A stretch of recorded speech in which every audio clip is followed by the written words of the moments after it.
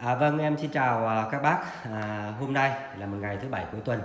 Em cũng như thường lệ, em lại làm một video clip để giới thiệu đến với các bác những chiếc máy bắt vít, những chiếc máy khoan cầm tay. Và lời đầu tiên thì em cũng xin chúc các bác một ngày nghỉ cuối tuần vui vẻ. Và cảm ơn các bác đã góp ý và ủng hộ những sản phẩm của em trong thời gian qua. Và những dòng máy hôm nay em mới muốn giới thiệu đến với các bác đầu tiên là những chiếc sạc zin hiệu Makita đã lên điện 220. Đây ạ, đây là một chiếc sạc zin, nó sạc được từ 7,2 cho tới 18V, sạc trong vòng sạc nhanh trong vòng 30 phút. Và đợt sạc này thì em lấy được sạc rất là đẹp. Thì đây người ta có ghi là cái chữ fast, tức là nhanh. Thì một cục sạc zin như này của hãng Makita thế này em thể bán với giá là 650.000 đồng, cũng giống như trước đây. Thì hôm nay em sẽ có 3 cục sạc như này. Thì bác nào có nhu cầu thì liên hệ với em qua số điện thoại 0985 287577. Và sản phẩm thứ hai là pin ạ. Em có nhận đóng pin nha các bác. Cũng giống như từ trước giờ đây thôi, em có nhận đóng pin rời. Một cục pin này là một cục pin là với 15 cell và 6 ampe, pin cam, pin dòng xả cao, pin INR chống cháy nổ. Và một hòn pin như này với dung lượng là 6 ampe, 15 cell, dùng cho máy 18V, máy chổi than và máy không chổi than, thì em bán với giá là 750.000 đồng. Và một hòn pin với dung lượng là 4 ampe, 10 cell thì em bán với là giá là 550.000 đồng.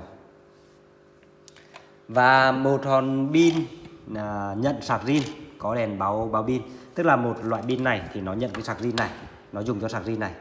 Còn cái loại pin này thì dùng sạc adapter. Thì một hòn pin mà nhận sạc zin với dung lượng là 4 ampe cùng là cái loại pin cam này thì em bán với giá là 750.000 đồng. Là những loại pin này nó có cái đèn báo pin đây. Và sản phẩm thứ ba em muốn giới thiệu đến các bác là những chiếc cưa kiếm mini 18V. Em bán rất là nhiều rồi và rất là được nhiều các bác rất là tin dùng.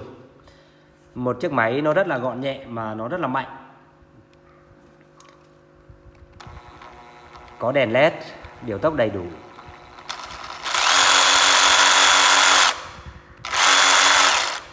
Và chiếc máy này thì em bán thân máy giá 1,1 triệu và máy pin sạc em bán giá 1,5 triệu. Và những chiếc máy này là những các bác nào làm vườn, cây cảnh, cắt vườn, cắt những cái thân cây nó chỉ bằng bắp tay hoặc là lớn hơn bắp tay, rồi cắt những ống thép 1 ly 2 40 hoặc là 60 thì nó rất là tuyệt vời. Nói chung là các bác nào thích cái sự nó nhẹ nhàng, nó vừa thì nên mua một chiếc máy cơ kiếm một loại mini 18V như này. Tuy là nó cũ mà nhìn nhưng nhìn nó còn rất là ok. Và những chiếc cơ kiếm mini hôm nay thì em có 1, 2, 3, 4 chiếc. Vâng, có 4 chiếc để phục vụ cho các bác, nhu cầu của các bác. Những người là muốn sở hữu một chiếc cưa kiếm chạy bằng pin để làm vườn, cắt cây và cắt những thanh sắt nhỏ. Và hôm nay em cũng có 2 chiếc cưa kiếm lớn thì em cũng bán rất là nhiều rồi. Nhưng loại chiếc cưa kiếm lớn này thì thân máy nó hơi nặng, em cũng nói thật là nó hơi nặng. Và là nó là máy có than 18V. Và cưa kiếm mini cũng là máy có than nha các bác, 18V có than. Và chiếc cưa kiếm lớn này thì nói chung là nó nặng, nên các bác nào mà không ngại cái sự nặng thì các bác mua cái cưa kiếm lớn này. Rồi cưa kiếm lớn này thì nói chung là những thanh sắt lớn nó cũng cắt được, và những cái thân cây thật lớn nó cũng cắt được. Và thân máy thì em bán 1.350.000 và máy pin sạc em bán 1.800.000. Và tiếp theo là một dòng vít, vít chuyên dụng, gọi là vít thạch cao, vít gỗ và vít vào đi bắn tôn vân vân. Nói chung là nó rất là làm được rất là nhiều việc. Và ba chiếc máy gần màn hình đây ạ, đây là những chiếc đấy chiếc là XDT13 máy không chổi than 18V. Nó có tốc độ vòng tua nó là 3.600 vòng trên phút. Vâng, tốc độ vòng tua nó là 3.600 vòng trên phút, nó rất là nhanh, nó rất là mạnh. Nói chung là một thanh sắt 1,4 ly mà đinh 5 phân thì chỉ cần trong vòng 6 giây là bắn hết, là bắn xuyên. Nó rất là mạnh. Và những chiếc máy bắt vít này thì bác nào có nhu cầu thì liên hệ với em, thì em sẽ test máy trực tiếp qua Zalo hoặc qua video cho các bác xem. Còn hôm nào em làm video này thì để rút ngắn cái thời gian thì em chỉ là giới thiệu cái sản phẩm thôi, còn em không có test máy. Và những chiếc XDT13 này thì hôm nay em có 3 chiếc, em chỉ lấy được 3 chiếc. Thì giá thân máy em bán 1,5 triệu và máy pin sạc em bán là 2.050.000, cũng giống như trước đây. Và ở bên này đây là những chiếc XDT11 quen thuộc, máy 4 chổi than. XDT11 máy 4 chổi than. Thì chiếc XDT11 này thì thân máy em bán với giá là 1.050.000 đồng. Và máy pin sạc em bán 1,6 triệu.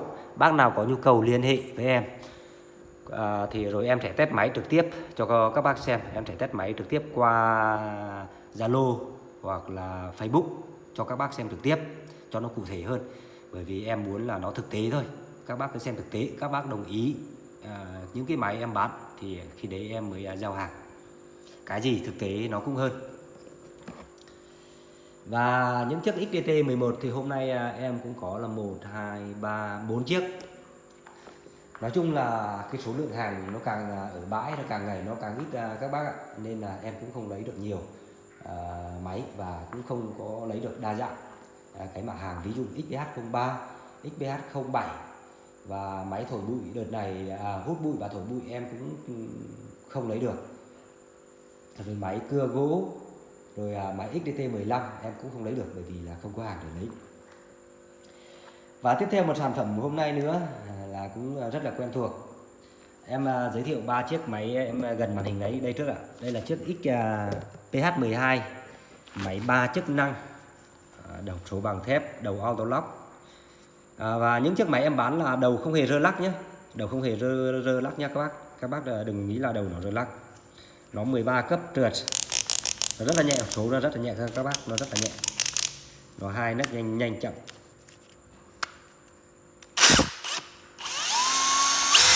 Nói chung là máy em bán là nó đầy đủ chức năng, điều tốc đầy đủ chức năng. Còn vỏ ở ngoài thì máy cũ thì nhiều khi mình chấp nhận nó sứt mẻ một tí, rồi là nó chày, nó xước, nó cũ thì mình phải chấp nhận thôi, gọi là máy cũ mà, người ta dùng rồi mà. Còn chất lượng thì em đảm bảo là 100%. Máy chạy ok, ngon lành, em bán em có bảo hành, em có niêm phong máy. Và giá thân máy XPH12 thì em bán 1 triệu, em bán 1,5 triệu. Giá thân máy em bán 1,5 triệu và máy pin sạc em bán 2,1 triệu. Em hôm nay em chỉ có 3 chiếc thôi, 1, 2, 3. Và bác nào có nhu cầu thì cứ liên hệ với em qua số điện thoại 0985287577. Em sẽ test máy trực tiếp qua Zalo hoặc qua Facebook cho các bác xem. Và rất nhiều các bác hỏi chiếc XPH07, nhưng mà em mấy video trước đây em không thể lấy được hàng. Hôm nay thì em đi bãi thì em mới chỉ tìm mãi mà có duy nhất một cái thôi, nhưng mà cái vỏ bề ngoài thì nó cũng không có đẹp. Thưa các bác, đây là bác khác có nhìn cái hộp số nó bằng thép, nó sáng như này. Thưa các bác, nó bị tróc sơn rất nhiều, nhưng mà em mới sơn lại nhá, em cũng nói thật luôn. Hộp số này em mới sơn lại, vỏ nó chảy xước này, nhưng mà chất lượng máy, ruột máy thì nó cực ngon. Đầu này nó chảy này, nhưng mà đây nó sáng. Hộp số nó rất là nhẹ, nó rất là nhẹ, nó có đều tốc đầy đủ.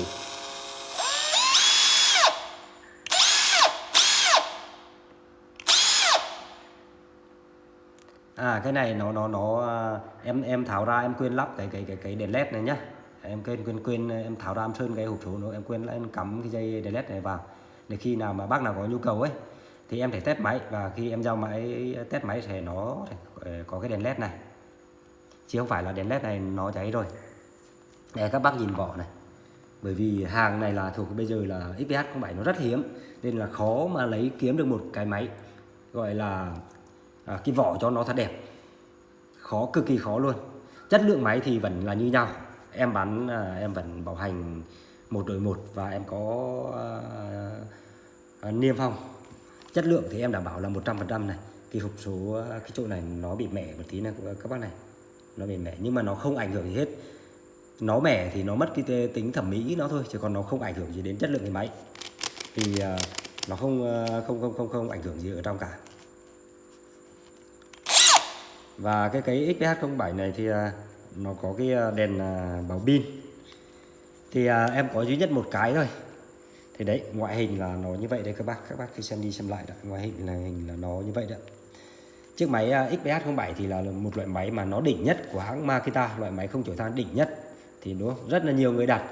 Nhưng mà mãi hôm nay em mới lấy được một chiếc, nhưng mà cái vỏ thì nó không ưng ý, nhưng mà mình phải chấp nhận thôi. Còn hộp thì hộp số thì em muốn nói lại, em đã sơn lại cái hộp số. Nói chung bác nào có nhu cầu thì hãy liên hệ với em, thì em cho giá. Nhưng mà nó cũng không có rẻ đâu, nhưng mà nó cũng không đắt, nó là hợp lý, giá là phải chăng là hợp lý. Em bán hàng luôn luôn là như vậy. Thì số lượng hàng hôm nay thì nó có những mặt hàng như thế này, như vậy. Sạc zin em bán với giá 650.000. Pin dung lượng 15 cell 6A em bán với 750. Pin nhận sạc adapter 10 cell 4A em bán với 550. Pin dung lượng 4A nhận sạc zin em bán với 750. Cưa kiếm mini thân máy em bán 1,1 triệu, và máy pin sạc một bộ thì em bán là 1,5 triệu. Cưa kiếm lớn thân máy em bán 1,3 triệu, máy pin sạc bán 1,8 triệu. Máy bắt vít XTT13 không chổi than 18V, thân máy em bán 1,5 triệu, máy pin sạc em bán là 2.050.000 đồng. XTT11 thân máy em bán 1.050.000 đồng, máy pin sạc em bán 1,6 triệu. Hôm nay em có 2 con bu lông em quên, một con một đầu 1/2 và một con đầu 3/4. 2 con này thì các bác nào làm gara sửa máy móc nhiều thì tin dùng thì cứ gọi cho em, liên hệ với em qua số điện thoại 0985 287577, rồi em sẽ trao đổi cụ thể về chiếc máy này, em sẽ test trực tiếp cho các bác xem và em sẽ cho giá. Và cái video đến đây thì cũng đã hết, và em xin cảm ơn. Em cũng cố gắng cái video lần sau em sẽ lấy được nhiều mặt hàng, lấy nhiều hàng hơn và nhiều mặt hàng hơn để phục vụ nhu cầu của các bác. Và một lần nữa thì em xin cảm ơn cái sự ủng hộ của các sản phẩm của em, của các bác trong cái thời gian qua. Vâng, em xin chào các bác và chúc các bác một ngày nghỉ cuối tuần vui vẻ bên gia đình của mình.